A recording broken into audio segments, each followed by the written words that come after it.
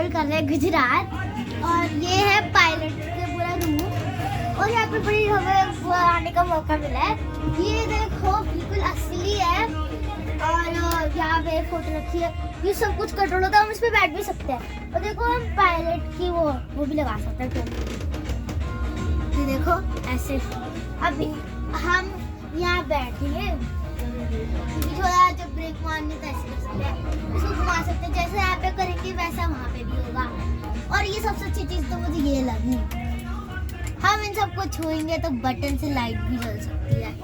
और ये देखो यहाँ पे नंबर्स भी आ रहे हैं और हम इसे बंद भी कर सकते हैं तो कुछ ज्यादा होगा नहीं। और यहाँ पे बहुत सारे बटन है, हम इनका भी कुछ कर सकते हैं। देखो ऐसे ऐसे घूमते हैं।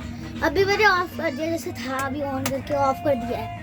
और यहाँ पे भी बहुत सारे बटन है, यहाँ पे देखो ऐसे ऑन कर देंगे, मतलब यहाँ पे बहुत सारी चीजें हैं और वहाँ पे भी बहुत सारे बटन्स हैं और बहुत सारी चीजें हैं। तो आज के लिए इतना ही, और पायलट में और ज़्यादा देर नहीं रुक सकते, तो बाय बाय।